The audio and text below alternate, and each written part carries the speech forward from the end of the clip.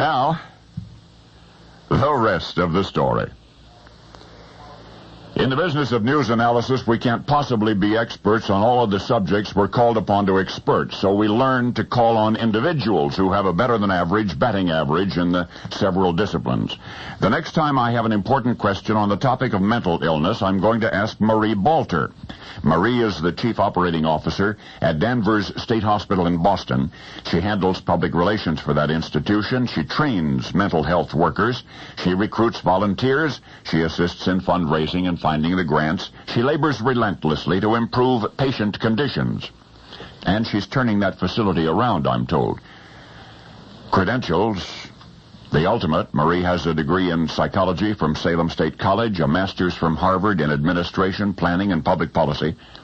Marie Balter was asked recently if she could recall the toughest case to pass through Danvers' doors during her association with the institution, and she didn't hesitate a moment. One case in particular leaped to mind, that of a 17-year-old Boston girl admitted with rather remarkable symptoms, muscle spasms, choking, hyperventilation, hallucinations, and more. Diagnosis, schizophrenia. Gradually, the doctors learned her history. The patient was a local girl born out of wedlock, daughter of an alcoholic mother. After 5 years, the mother struggled to rear the child, failed. The little girl was placed in a foster home in Gloucester. But the foster parents were harsh and abusive, disciplinarians who often locked the youngster alone in the dark cellar. Years passed, and the abusive pattern continued. The girl, now in her teens, became increasingly depressed and withdrawn. And then, one by one, other symptoms arose. The odd, apparently involuntary jerking movements of her body, the gagging and the rapid breathing, and the visions. And finally, when the girl was 17, she was placed in Danvers State Hospital. And once inside, the patient continued to grow depressed to the point of contemplating suicide. But the rest of the story is that the young woman was not schizophrenic at all. She had been innocently misdiagnosed as such.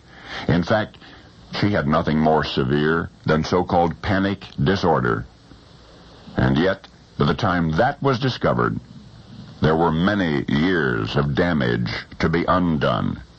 And that case, says Danvers Chief Operating Officer Marie Balter, that was probably the toughest case in the hospital's history, certainly from her perspective. You see, the patient to whom she referred, this 17-year-old panic-stricken girl, whose illness was originally thought to have been hopeless, was to spend another 17 years in Danvers State Hospital before she was strong enough to make it on the outside.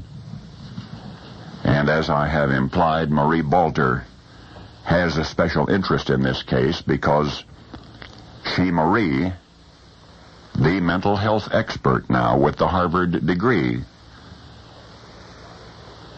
she was the misdiagnosed teenager in the case which I have just described.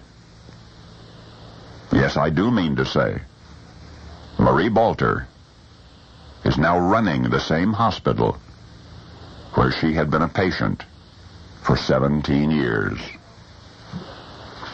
And now you know the rest of the story.